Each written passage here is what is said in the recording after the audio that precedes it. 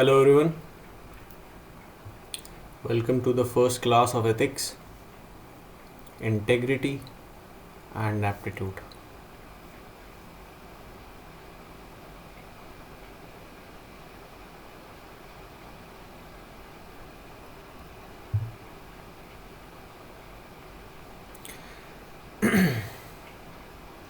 All right, क्या discuss करेंगे बताओ इस वीडियो के अंदर। इस वीडियो के अंदर अपन बेसिक्स शुरू करेंगे। देखते हैं या तो इस वीडियो को अपन मतलब इस लेक्चर को अपन 2 पार्ट के अंदर कर देंगे, या तो यूनिट 1 अलग कर देंगे और बेसिक सिलेबस इंट्रो वगैरह प्रीवियस ईयर क्वेश्चन पेपर वगैरह इसको अलग कर देंगे, या फिर इन दोनों क्लब भी कर देंगे। देखते हैं कितना टाइम वगैरह किस हिसाब से होता है, उसके अकॉर्डिंग देखेंगे। ठीक है, चलो।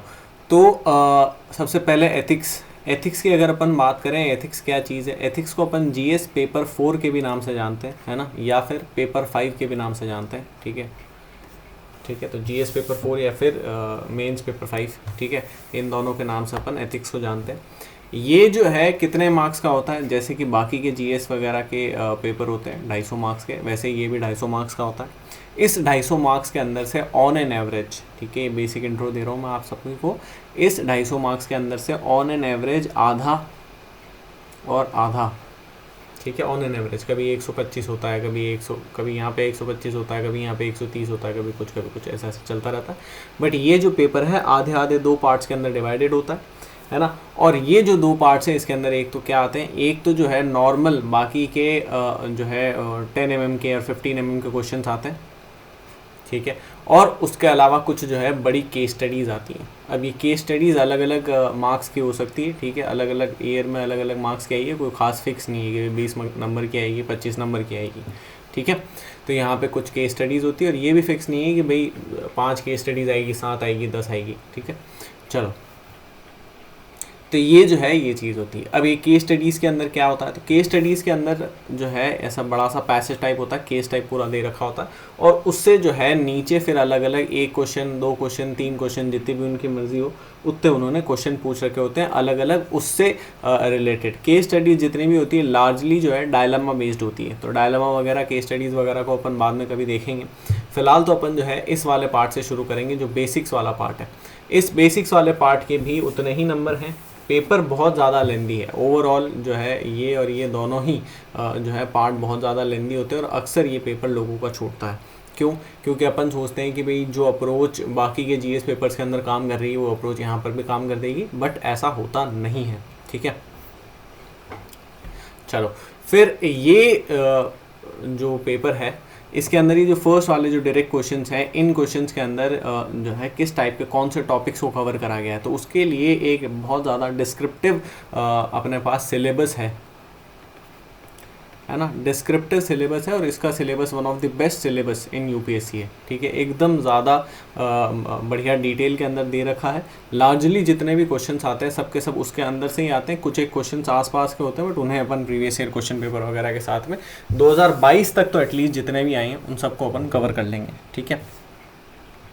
तो वो आपसे कुछ भी नहीं छूटेंगे, एटलीस्ट यूपीएससी के तो कर ही लेंगे, ठीक है। मैं ये नहीं कहूँगा कि भाई आरएस के या फिर यूपीपीएससी के और इन सब के अपन कवर करेंगे, ठीक है, लेकिन यूपीएससी के अंदर जितने भी क्वेश्चंस आए हैं 2013 से लेकर के और 2022 तक, उन सभी क्वेश्चंस को अपन कवर करने वाले हैं। इससे पहले के क्वेश्चंस क्यों नहीं कवर करने वाले हैं, क्योंकि उससे पहले पेपर ही नहीं था। क्वेश्चंस तो थे लेकिन पेपर नहीं था, ठीक है, तो वो एक एक को ढूंढने अपन बैठेंगे नहीं। एथिकल क्वेश्चंस आते थे पहले भी, ठीक है। चलो शुरू करते हैं भाई। तो ये सिलेबस है,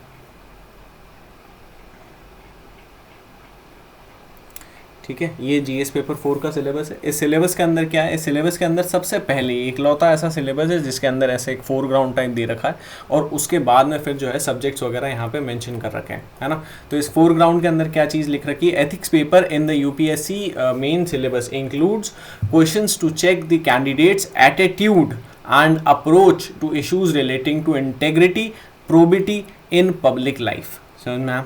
नाउ अब इंटेग्रिटी, प्रोबिटी, पब्लिक लाइफ, यहाँ पे ये 3 कीवर्ड्स दे रखे हैं, और जितने भी आप प्रीवियस ईयर क्वेश्चन पेपर उठाओगे मोस्ट इंपॉर्टेंट जो कीवर्ड्स हैं वो ये 3 कीवर्ड्स ही हैं, खासकर पब्लिक लाइफ, ठीक है, बहुत ज़्यादा इनके ऊपर क्वेश्चन आए। उसके बाद एक चीज़ दे रखी है and his her problem solving approach. तो केस स्टडी के अंदर प्रॉब्लम सॉल्विंग अप्रोच को ही टेस्ट करते हैं, और सिर्फ केस स्टडी के अंदर ही नहीं बल्कि एक दो क्वेश्चन जो है ये 120 मार्क्स वाला, इसके अंदर भी डायलेमा वगैरह के ऊपर आए हैं। ये ऑल्दो रेयर चीज़ है, ठीक है, लेकिन आए तो हैं। टू वेरियस सोसाइटल इशूज़, ना यहाँ पे सोसाइटल इशूज़ क्लियरली मेंशन है, और मेजॉरिटी जितने भी क्वेश्चंस हैं वो सोसाइटी के पर्सपेक्टिव के आसपास ही है। सोसाइटी, एनवायरनमेंट वगैरह, इन सबको बहुत ज़्यादा फोकस डाला गया है इनके ऊपर, ठीक है। क्वेश्चंस में utilize the case study approach, तो केस स्टडी अप्रोच यहाँ पे इन्होंने ये यूटिलाइज वगैरह कर सकते हैं, और केस स्टडी है भी। Aspects and exam covers areas as mentioned in the syllabus given below, तो ये है सिलेबस नीचे। एथिक्स एंड ह्यूमन इंटरफेरेंस, तो ये अपना जो है फर्स्ट यूनिट होगा, या फिर इसको अपन दो पार्ट के अंदर भी कर सकते हैं, ठीक है। यहाँ पे ये पहली यूनिट और ये दूसरी यूनिट, ठीक है। ये जो है ये थोड़ा सोसाइटल टाइप का उन सब चीज़ों के अंदर है।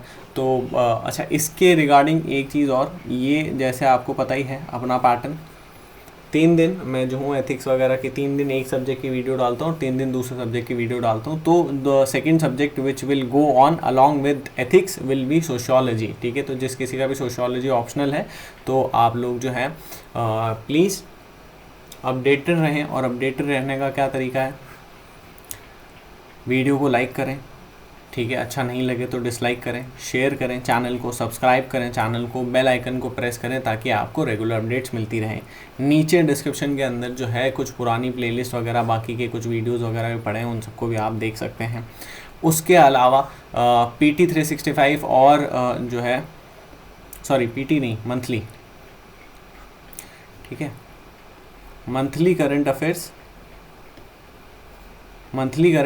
और जो डेली करंट अफेयर्स हैं, ठीक है, इसका भी मैं बहुत जल्दी वापस से इनको स्टार्ट कर रहा हूँ। तो उसके लिए भी आप जो है प्लीज़ रेडी रहें। और इसके साथ में एक चीज़ यहाँ पे बस मैं ये डालना चाहूँगा कि एक तो मंथली करंट अफेयर्स अपन डेली के 5 पेज डिस्कस करेंगे, है ना।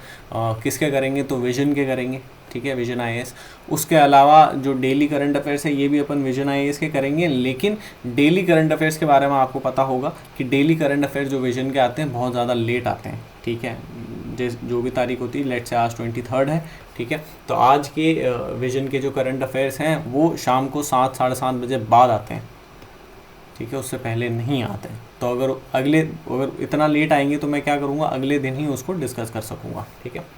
तो इस चीज़ का भी आप लोग ध्यान रखें। चलो, एसेंस ऑफ एथिक्स यहाँ पे देखते हैं। सबसे पहला यूनिट इसके अंदर क्या चीज़ है, एसेंस ऑफ एथिक्स, ठीक है। सबसे पहले अपन देखेंगे भी एथिक्स एग्जैक्टली क्या चीज़ है।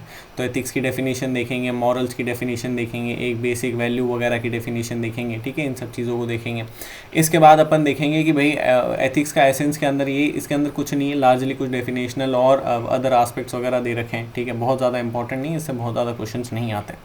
डिटर्मिनेंट्स ऑफ एथिक्स क्या होते हैं, इन्हें देखेंगे, ठीक है। This is indirectly very important for case studies and other interview etcetera, ठीक है। कॉन्सिक्वेंसेज ऑफ एथिक्स क्या होते हैं, ये भी अगेन इनडायरेक्टली इंपॉर्टेंट है ह्यूमन इंटरेक्शन वगैरह के अंदर। डायमेंशंस ऑफ एथिक्स को अपन देखेंगे। डायमेंशंस ऑफ एथिक्स के अलावा एथिक्स इन प्राइवेट और पब्लिक रिलेशंस, सिर्फ इन्हीं को नहीं बल्कि इनके अलावा जो है अपन 4-5 टॉपिक्स और भी करने वाले हैं, जैसे कि एथिकल मैनेजमेंट क्या होता है, उसके अलावा एनवायरमेंटल एथिक्स क्या होती है, एथिक्स एंड पॉलिटिक्स के बारे में देखेंगे, ठीक है। इन सबसे क्योंकि क्वेश्चन बनते हैं, तो जहाँ से क्वेश्चन बनेंगे उन सारी चीज़ों को अपन डिस्कस करेंगे। नेक्स्ट चीज़ है ह्यूमन वैल्यूज़। तो यहाँ पे अपन वैल्यूज़ वाले पार्ट को पूरा समझेंगे, बहुत ज़्यादा डीप में नहीं उतरेंगे, ठीक है। जैसे सोशियोलॉजी के अंदर तो वैल्यूज़ काफ़ी डीप में आती है, तो इतना ज़्यादा डीप में नहीं आएंगे, बेसिक डेफिनेशन देखेंगे, आगे बढ़ेंगे, है ना। और चूँकि ये वैल्यूज़ वाला, अब देखो वैल्यूज़ के 2 पार्ट हैं, एक तो ये सोसाइटल ह्यूमन वैल्यूज़ वाला, एक तो ये पार्ट है, और एक सिविल सर्विसेज वैल्यूज़ अलग चीज़ है, ठीक है। Foundational values of civil services, ठीक है, तो ये अलग चीज़ है, इसे अपन अलग से करेंगे। This is very very extremely important, ठीक है, मैक्सिमम क्वेश्चन यहीं से बनते हैं।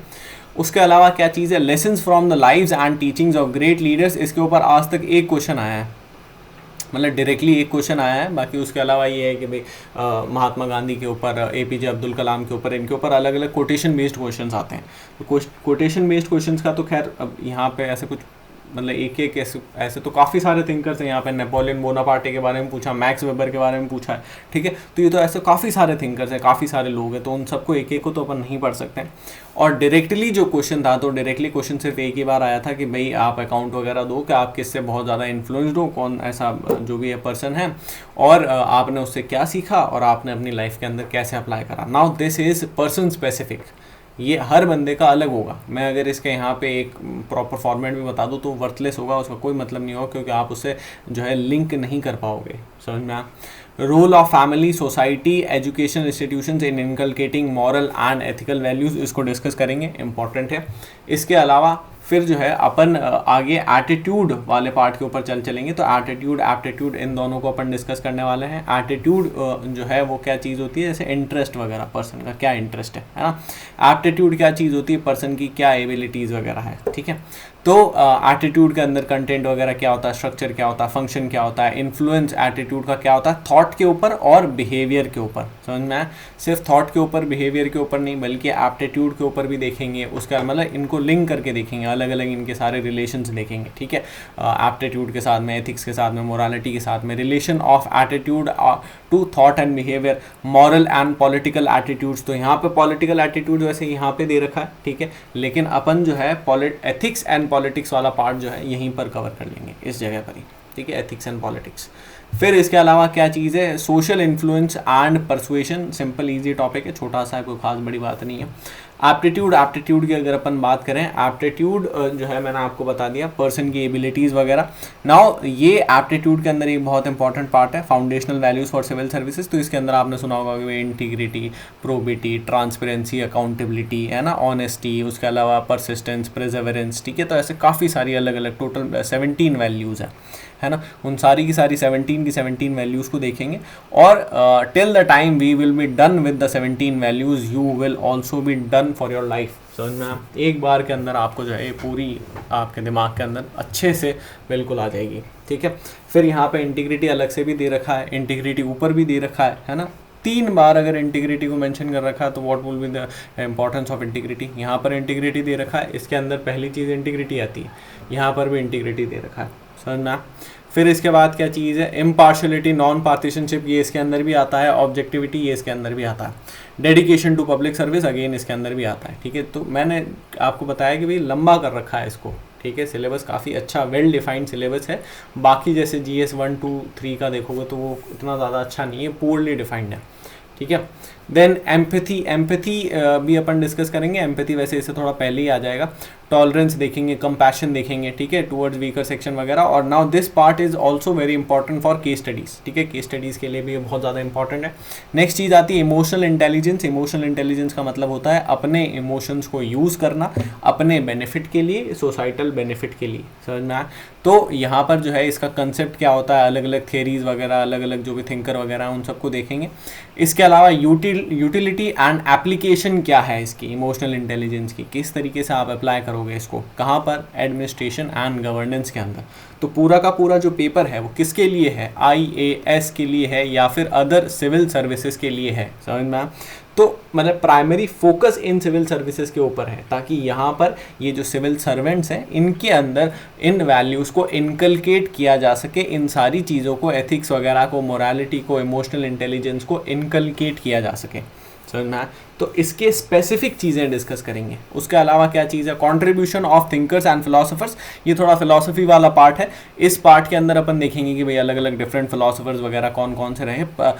इंपॉर्टेंट जैसे कि या तो देखो 2-3 चीज़ें हैं, एक तो इम्पॉर्टेंट को देखेंगे, दूसरा उन सबको देखेंगे जिनके ऊपर क्वेश्चन आ चुके हैं, तीसरा उन्हें देखेंगे जो यूजुअली टेस्ट वगैरह के अंदर पूछते रहते हैं। अब टेस्ट से अपन को क्या लेना देना भाई, टेस्ट से अपन को एक्चुअली ये लेना देना है कि कई बार अपन ने ऐसा देखा है जो बड़ी बड़ी टेस्ट सीरीज़ वगैरह के जो क्वेश्चंस होते हैं वो एज इट इज़ जो है UPSC के अंदर पूछ लेते हैं, ठीक है। That's why test series are important. Now इसके अंदर जैसे कि महात्मा गांधी, APJ अब्दुल कलाम, उसके अलावा जो अपने तिरुकुरुल हो गए, तिरुकुरुल के अलावा कन्फ्यूशस हो गए, कांट हो गया, हीगल हो गया, ठीक है। इन सारी जो नीड्स से अगर हो सके तो नीड्स से, बाकी वैसे नीड्स देखेंगे, ठीक है, इन सबको अपन देखेंगे। उसके अलावा क्या चीज़ है, कॉन्ट्रीब्यूशंस ऑफ मॉरल थिंकर्स, ये मैंने आपको बता दिया, इसके अंदर यही है। पब्लिक या फिर civil service values and ethics in public administration. Now these values are different, ठीक है। यहाँ पे पब्लिक एडमिनिस्ट्रेशन के ऊपर, पब्लिक एडमिनिस्ट्रेशन हैवी पार्ट है, तो इसको देखेंगे। स्टेटस एंड एसोसिएटेड प्रॉब्लम्स क्या है, एथिकल कंसर्न्स, डायलेमास क्या है, डायलेमास बहुत ज़्यादा इंपॉर्टेंट है in government and private institutions. Laws, rules, regulations, very very important, extremely important, laws, rules, regulations, इन्हें देखेंगे। कॉन्शियंस का क्या कंसेप्ट है उसे देखेंगे, है ना। और ये तीनों एथिक्स को कैसे गाइड करते हैं उसे देखेंगे। तो लॉज एंड एथिक्स, इसके ऊपर काफ़ी सारे क्वेश्चंस बने हैं।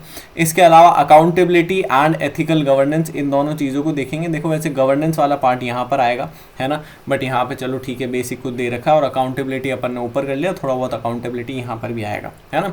Strengthening of ethical and moral values, moral values भी ऊपर आ गए, यहाँ पे गवर्नेंस से वापस इसको लिंक करा गया है। Ethical issues in international relations. Now international relations वाला पार्ट बहुत ज़्यादा इंपॉर्टेंट है, अगेन इसके ऊपर अभी तक कम से कम 4 से 5 क्वेश्चन बने हैं, है ना। फंडिंग वगैरह इन सब चीज़ों को देखेंगे। कॉर्पोरेट गवर्नेंस को देखेंगे, कॉर्पोरेट गवर्नेंस से मेरे ख्याल से 2-3 क्वेश्चन बने, ज़्यादा नहीं है, ठीक है। प्रोबिटी इन गवर्नेंस, ठीक है, यहाँ देखते हैं। तो गवर्नेंस वाला पार्ट है, गवर्नेंस के ऊपर फोकस डाला गया है, प्रोबिटी को वापस मेंशन करा गया है। कंसेप्ट ऑफ पब्लिक सर्विस क्या होता है, philosophical basis of governance, probity वगैरह। उसके अलावा इंफॉर्मेशन शेयरिंग, आरटीआई वगैरह, ट्रांसपेरेंसी वगैरह, इन सारी चीज़ों के ऊपर आरटीआई नीचे अलग से मेंशन भी कर रखा है। कोड ऑफ एथिक्स क्या होता है, कोड ऑफ कंडक्ट क्या होता है, सिटीजन चार्टर क्या होता है, वर्क कल्चर क्या होता है ना। तो code of ethics, code of conduct, basic एक आइडिया तो अपन ऊपर ही देख लेंगे जो एथिक्स फर्स्ट यूनिट है उसके अंदर, ठीक है। बाकी थोड़ा बहुत डिटेल के अंदर उस समय पर आएगा, तब का तब देखेंगे। सिटीजन चार्टर, वर्क कल्चर वगैरह, quality of service delivery, utilisation of public funds, challenges of corruption, ठीक है। देखो I would expect 2-3 things. One, तो all of you will be regular in classes, है ना। 2, whatever doubts you find, whatever questions, feedback, queries you have, you'll write in comment section. And third, the topics which we will cover in first part or first innings of this ethics part will be till somewhere here, ठीक है। यहाँ तक अपन कोशिश करेंगे कि first innings के अंदर, first part के अंदर अपन इतना सब कुछ कवर कर लें। इसके बाद फिर अपन ब्रेक लेंगे, बीच में कोई दूसरा सब्जेक्ट डालेंगे, उसके बाद फिर जो है अपन वापस से यहाँ पर कंटिन्यू करेंगे और इन सब के ऊपर आएंगे। जैसे अपन ने ज्योग्राफी के अंदर क्लाइमेटोलॉजी वाला पार्ट पूरा का पूरा कंप्लीट कर दिया, तो क्लाइमेट वाला पार्ट अपना हो चुका है। अब इस क्लाइमेट पार्ट के बाद और क्या क्या बचता है, क्लाइमेट के बाद में ओशन बचता है, ओशन के साथ में, ओशन के अलावा जो है इंडियन बचता है। ज्योग्राफी एक बार बेसिक आइडिया मैं आपको बताता हूँ, ठीक है। इंडियन बचता है, इंडियन के बाद में फिर उसके बाद जो है इकोनॉमिक ज्योग्राफी या फिर ह्यूमन ज्योग्राफी, इन दोनों को साथ में गिन लेते हैं, ठीक है। तो इकोनॉमिक ह्यूमन ज्योग्राफी वाला पार्ट आ जाता है, और इससे पहले एक जियोमॉर्फो वाला पार्ट आता है ना। जिसको किसी को एस्ट्रोनॉमी वगैरह अलग करना है तो एस्ट्रोनॉमी वगैरह भी अलग कर सकते हो, बाकी ठीक है, तो खास बात नहीं है, ठीक है। तो एस्ट्रो वगैरह वाला पार्ट अलग आ जाता है। तो this is what is geography, ठीक है, ये है ज्योग्राफी, है ना। अपना क्या हो गया है, अभी अपना क्लाइमेट कंप्लीट हो चुका है, और जो इकोनॉमिक या ह्यूमन ज्योग्राफी वाला पार्ट है वो अभी आमिना मैम ने स्टार्ट कर दिया है। तो इकोनॉमिक ह्यूमन ज्योग्राफी अभी वो डील कर रहे हैं। इसके बाद में अभी होपफुली या तो ये अपन कर सकते हैं कि भाई थोड़ा ये डिस्कस करने के बाद में फिर अपन ओशियन के ऊपर आ जाएंगे, है ना, या फिर इंडियन के ऊपर, जिस किसी के भी ऊपर, इनके ऊपर आ जाएंगे। इंडियन से ज़्यादा मेरी नज़रों में, इंडियन से ज़्यादा और जियोमॉर्फो से ज़्यादा और एस्ट्रो से ज़्यादा, इन तीनों से ज़्यादा क्या चीज़ important, that is world map and India map. Indian geography से ज़्यादा इंडिया मैप वगैरह के ऊपर क्वेश्चन आते हैं, समझना, मैप बेस्ड क्वेश्चन आते हैं, ठीक है। तो खैर फिर उसके अलावा क्या चीज़ है, ओशन वगैरह, क्लाइमेट अपना हो चुका है। इसके बाद अपन ओशन पर आ जाएंगे, ओशन के बाद इकोनॉमिक ह्यूमन ज्योग्राफी वो करवा ही रहे हैं। इसके बाद देख लेंगे इंडिया मैप, वर्ल्ड मैप जो भी होता है। वैसे वर्ल्ड मैप की एक सीरीज़ मैं ऑलरेडी डाल चुका हूँ, वो यूट्यूब के ऊपर अवेलेबल है, तो आप वहाँ से उसको देख सकते हो। तो चलो वैसे ही अपन एथिक्स को भी करने वाले हैं। पहले अपन यहाँ कहीं तक फर्स्ट इनिंग्स के अंदर कर देंगे, फिर एक ब्रेक लेंगे, फिर उसके बाद जो है दूसरा अपन यहाँ से कहीं से स्टार्ट कर देंगे, ठीक है। चलो अब शुरू करते हैं। प्रीवियस ईयर क्वेश्चन पेपर वगैरह कुछ को देख लेते हैं, क्या प्रीवियस ईयर क्वेश्चन पेपर वगैरह आए हैं यहाँ पे। तो फर्स्ट यूनिट के एक बार देखते हैं, जिस यूनिट को अपन डिस्कस करेंगे, ठीक है। तो फर्स्ट यूनिट के अगर क्वेश्चंस वगैरह देखें, जैसे यहाँ पे देखो इन सबको मैंने चार्ट रखा है।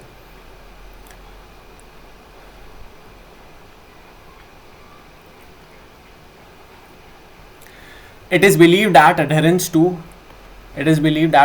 to ethics in human actions would ensure in smooth functioning of an organization system. If so, what does ethics seek to promote in human life, public life, इसके ऊपर फोकस है ना। उसके अलावा ethics क्या प्रमोट कर रहा है, समझ में आया। तो what does ethics promotes? How do ethical values assist in the resolution of conflict resolution कैसे होता है, समझ में आया। तो resolution of conflict by him in his day to day functioning, ठीक है। तो कॉन्फ्लिक्ट्स वगैरह के बारे में भी अपन देखेंगे। Distinguish between code of ethics, code of conduct, इन दोनों के बारे में डिस्टिंग्विश करो, एग्जांपल्स वगैरह दो, है ना। और how ethics contributes to social and human wellbeing, एकदम सीधा डायरेक्ट क्वेश्चन है, इससे ज़्यादा डायरेक्ट क्वेश्चन नहीं आ सकता है, ठीक है। एकदम सिंपल डायरेक्ट क्वेश्चन है। What is meant by environmental ethics. Now environmental ethics को अपन बाद में डील करेंगे, अच्छा नहीं इसके साथ में आएगा, राइट, ठीक है। तो environmental ethics, why is it important to discuss any one environmental issue from the viewpoint of environmental ethics, है ना। एनवायरमेंट एथिक्स के ऊपर यहाँ पे और भी कुछ क्वेश्चन है, एक तो जैसे ये वाला और उसके अलावा ये, suppose the government of India is thinking और constructing a dam mountain valley वगैरह, ठीक है। तो ये थोड़ा एक वो जो है मैंने आपको बताया था केस स्टडी टाइप का क्वेश्चन। कुछ एक ऐसे क्वेश्चन आते हैं जो कि केस स्टडी जैसे होते हैं, एग्जैक्टली केस स्टडीज़ तो अलग ही चीज़ होती है ना। Discuss any one environment issue वगैरह ये अपन ने देख लिया। डिफरेंशिएट बिटवीन द फॉलोइंग, तो law and ethics, ethical management, management of ethics, इन सबको अपन देखेंगे। Discrimination and preferential treatment, discrimination preferential treatment इसको थोड़ा बाद में करेंगे। उसके अलावा पर्सनल एथिक्स और प्रोफेशनल एथिक्स, इसको यहीं पर अपन कर लेंगे। तो लॉ एंड एथिक्स भी बाद में आएगा, लॉ एंड एथिक्स अपना यहाँ पर कहीं पर आएगा, ठीक है। Laws, rules and laws and ethics यहाँ पर आएगा, ठीक है। एथिकल मैनेजमेंट, मैनेजमेंट एथिक्स, इन दोनों चीज़ों को अपन यहाँ पर देखेंगे। विच एमिनेंट पर्सनैलिटी, ये मैंने आपको बताया था कि भाई ये क्वेश्चन जो आया है, ठीक है। तो विच eminent personality has inspired you the most in the context of ethical conduct in life? Give the gist of his her teachings, giving specific examples to describe how you have been able to apply these teachings for your own ethical development. Now यहाँ पर जैसे बाकी के जो आप questions वगैरह देखोगे ना, ठीक है, तो एथिक्स एंड नोइंग वगैरह, तो ये कोट्स बेस्ड ज़्यादा क्वेश्चंस हैं, ठीक है। यहाँ पर जैसे टीचिंग्स के ऊपर ये है, तो ये है what teachings of Buddha are most relevant today and why, discuss. वैसे इसको टीचिंग वगैरह को अलग से ले सकते हो, बाकी इतने कोई बहुत ज़्यादा क्वेश्चन नहीं आए, मुश्किल से 2 या 3 क्वेश्चन आए होंगे बुद्धा के ऊपर। जैसे एक मिल गया, एक वो जर्नलिस्टिक क्वेश्चन था, एक यहाँ पे गांधी के ऊपर कहीं पर होंगे 1-2 क्वेश्चन, ठीक है। ये जैसे discuss Mahatma Gandhi concept of 7 since, है ना, ये ऐसा है, ठीक है। बाकी सारे कोटेशन बेस्ड है, ठीक है। तो 2-3 क्वेश्चन आए, चलो। फिर इसके बाद क्या चीज़ है, there is a heavy ethical responsibility on the public servants because they occupy, ये बढ़िया क्वेश्चन है, इसको अलग से डील करना पड़ेगा, ठीक है। उसके अलावा what do you understand by values and ethics, तो एक बार वैल्यूज़ का बेसिक देखेंगे, बाकी वैल्यूज़ डिटेल के अंदर अपने लास्ट पार्ट के अंदर आएगा, मतलब इस यूनिट के लास्ट पार्ट में। And ethics, in what way is it important to be ethical along with being professionally competent. Ethics and politics के ऊपर ये 2 क्वेश्चन आए। Young people with ethical conduct are not willing to come forward to join active politics, suggest steps to motivate them to come forward. It is often said that politics and ethics do not go together, what is your opinion in this regard, justify your answer with illustration. Morals के ऊपर यहाँ पर कुछ एक question है, ठीक है। जैसे एक ही क्वेश्चन मैक्स वेबर और जो है ब्यूरोक्रेसी वगैरह इन सब के रिगार्डिंग है। Without commonly shared and widely entrenched moral values वगैरह, ऑब्लिगेशंस नाइदर द लॉ वगैरह, ठीक है। फिर क्या चीज़ है, कॉन्स्टिट्यूशनल मोरालिटी, ये एक नए तरीके का क्वेश्चन यहाँ पे पैटर्न देखने को मिला। देखो 2 mm का क्वेश्चन था, 2022 का, ये 2018 में क्यों लगा रखा है इसको मैंने, 2022 का है, एक बार वापस चेक कर लेंगे वाली अपन, ठीक है। तो 2 mm का क्वेश्चन था और 30 वर्ड्स लिखने थे इसके ऊपर, ठीक है। कॉन्स्टिट्यूशनल मोरालिटी क्या है, बस ये 30 शब्दों में बताओ, ठीक है। With regard to the morality of actions, one view is that is of paramount importance and justify ends और मीन्स की डिबेट देखेंगे, है ना। एंड्स और मीन्स की डिबेट क्या होती है, व्यू डू यू थिंक है मोस्ट अप्रोप्रिएट वगैरह, ये सब चीज़ें। One more, human beings should have always be treated as ends, तो एंड्स के ऊपर वापस से देखो एक क्वेश्चन है। अब ये क्वेश्चन मॉरल्स के ऊपर नहीं है, बट मीन्स एंड एंड्स के ऊपर है, ठीक है, मीन्स एंड एंड्स के ऊपर, ठीक है। इसके अलावा एक क्वेश्चन और भी है मीन्स एंड्स के ऊपर, है ना।